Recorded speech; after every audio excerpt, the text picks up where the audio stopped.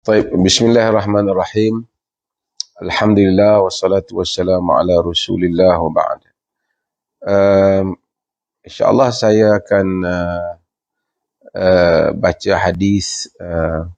Kita akan cubalah baca, bagi komitmen untuk baca setiap pagi walaupun kalau tak ada ke mana-mana. Kita akan baca hadis daripada Kitabul Fitan ataupun Asyratus Sa'ah. Hadis daripada kitab fitan ataupun kitab fitnah-fitnah yang akan berlaku pada akhir zaman, dan ataupun asyratus sa'ah, tentang tanda-tanda kiamat.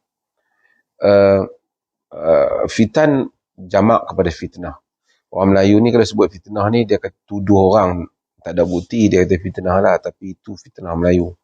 Fitnah di dalam bahasa Arab ni, dia bermaksud kepada suatu keadaan di mana ia akan menggugat iman, menggugat keamanan, menggugat kedamaian. Itu dinamakan dengan fitnah.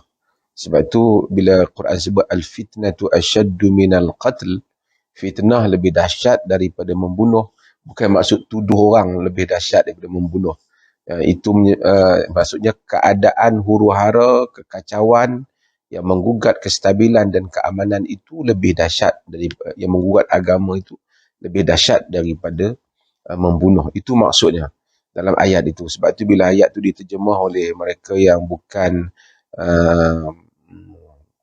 memahami bahasa Arab itu ataupun bahasa Al-Quran, menyebabkan mereka terjemah fitnah dalam konteks yang salah.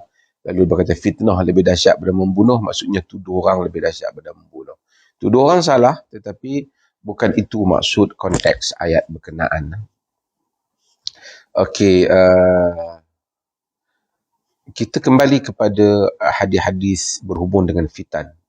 Ulama-ulama dahulu, khususnya ulama-ulama hadis, mereka memang memperuntukkan di dalam kitab-kitab hadis tentang hadisul fitan ataupun kitabul fitan, mereka namakan kitab, ataupun hadis-hadis yang menceritakan tentang kejadian-kejadian kekacauan dan kelam kabut yang akan berlaku pada akhir zaman, bagi sebagai salah satu petanda kedatangannya hari kiamat. Sebab itu kita ada kitabul fitan wal malahim oleh al-Imam Ibn Kathir, kita ada kitabul fitan oleh Abu Nuaim, banyak lagi yang telah menulis hal-hal yang sama, dan di dalam kitab-kitab sunan juga terdapat hadis-hadis fitan. Saya nak sebut tentang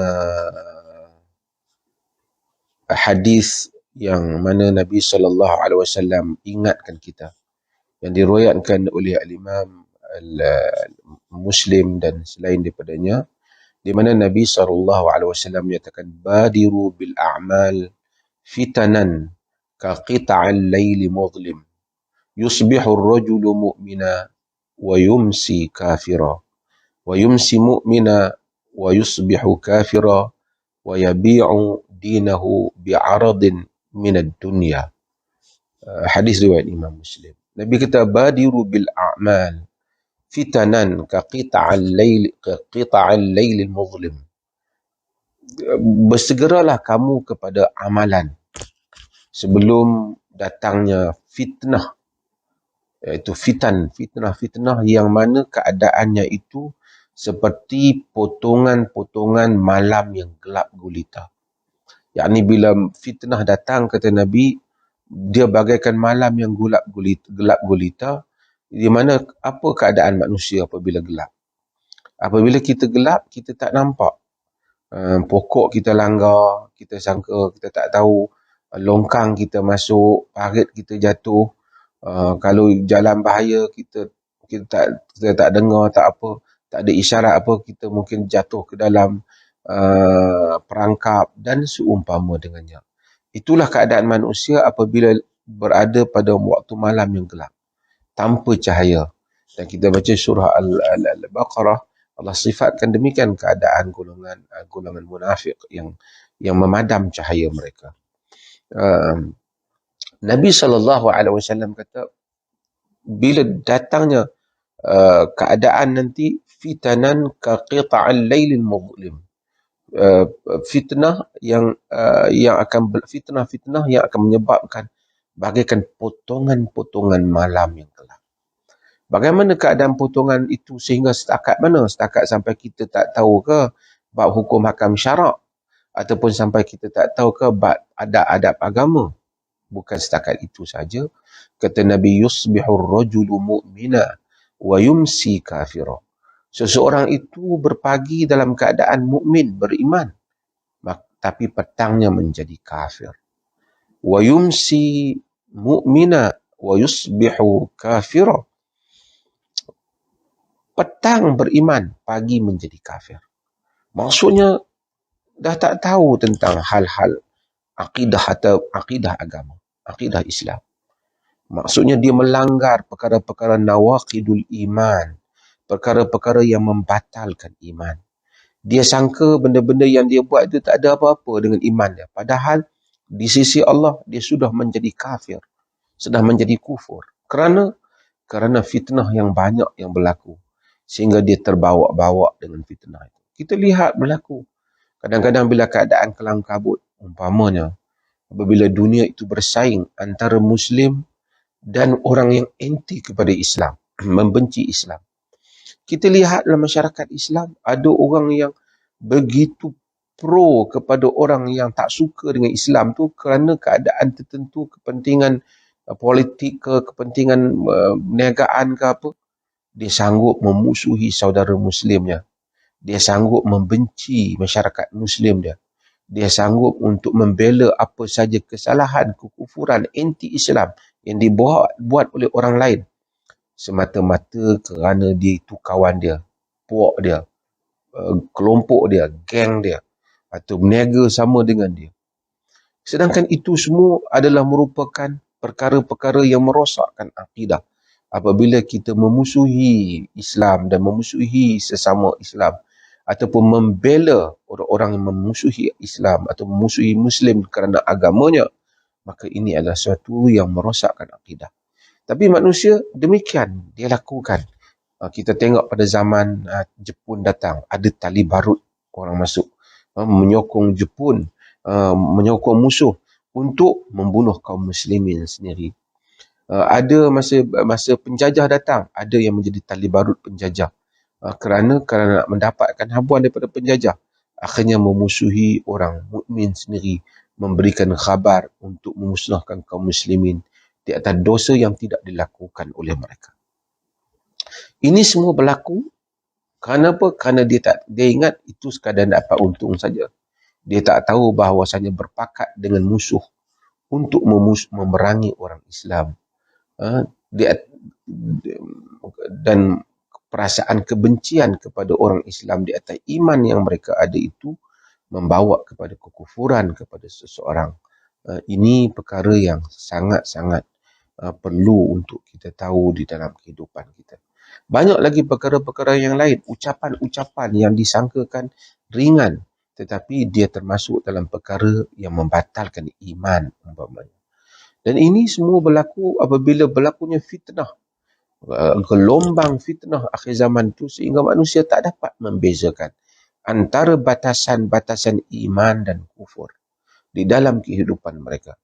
Itu yang Nabi SAW kata. Bila datang fitnah akhir zaman itu, kaqita'al layli muzlim, seperti potongan-potongan malam yang gelap gulita. Yusbihu rajulu mu'mina wa yumsi kafira. Pagi beriman, petang kafir. Na'udzubillah. Sebab itu kita takut apabila datangnya fitnah ini. Sebab itu Nabi SAW ajar supaya kita doa, wa idza aradta biqaumin fitnatan tawaffani ghairu maftun. Jika engkau menghendaki dengan satu kaum itu berlaku fitnah, matikanlah aku dalam keadaan tidak terfitnah, tidak mengenai fitnah. Dan Nabi SAW dalam potongan hadis ini menyebut bahagian yang berikutnya. Nabi kata, yabi'u dinahu bi'aradin minat dunia. Kemudian menjual agamanya daripada untuk habuan dunia. Menjual prinsip agamanya untuk habuan dunia. Dan ini kita takut kecenderungan akhir zaman. Dahulu manusia berkorban untuk agama. Habis harta benda mereka kerana mempertahankan agama. Habis diri mereka diserang perkataan dan perbuatan manusia kerana mereka mempertahankan agama. Hari ini orang berfikir Macam mana nak gunakan agama untuk melariskan barangan? Macam mana nak gunakan agama? Saya dah ustaz, dah terkenal, supaya boleh gunakan nama saya ni untuk menjual barangan-barangan yang saya letakkan sekali dengan nama agama di situ. Belilah hal ini. Kalau tak beli alat zikir ni, saya baru tengok lah satu.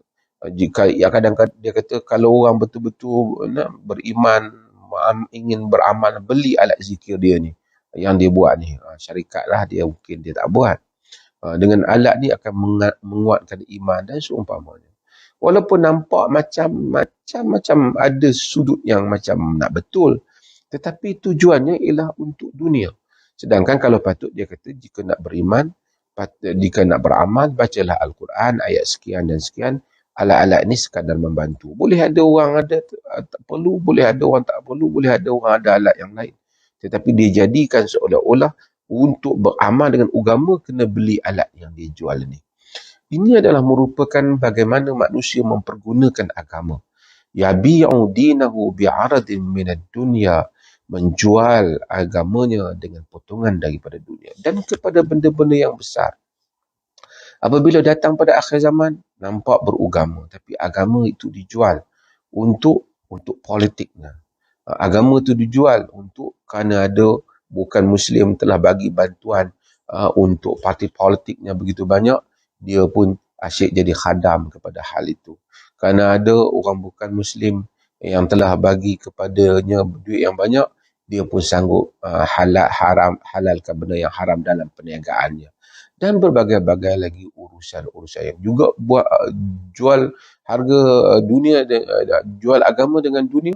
Kerana jawatan yang diberikan, maka dia telah mengeluarkan fatwa yang menghalalkan yang diharamkan oleh Allah Subhanahu Wa Taala ataupun mengharamkan perkara yang dihalalkan oleh Allah Subhanahu Wa Taala. Hal ini berlaku dan ini merupakan salah satu daripada tanda-tanda Nabi SAW kata bahawasanya ia akan muncul apabila sebelum daripada kiamat. Kita berlindung dengan Allah Subhanahu Wa Taala agar diselamatkan iman kita, dikekalkan kita di atas iman, dipelihara kita daripada kufur. Kerana ini sangat menakutkan, kerana Nabi bagi tahu, pagi beriman, petang kafir. Wa yumsi mu'mina wa yusbihu kafira. Petang beriman, pagi menjadi kafir. Mudah-mudahan Allah Subhanahu Wa Taala berkati kita semua dan pelihara kita semua daripada keadaan yang seperti ini, insya-Allah. Mudah-mudahan kita diselamatkan daripada fitnah-fitnah akhir zaman ini. Berpegang kita dengan kitab dan sunnah Nabi sallallahu alaihi wasallam. Terima kasih.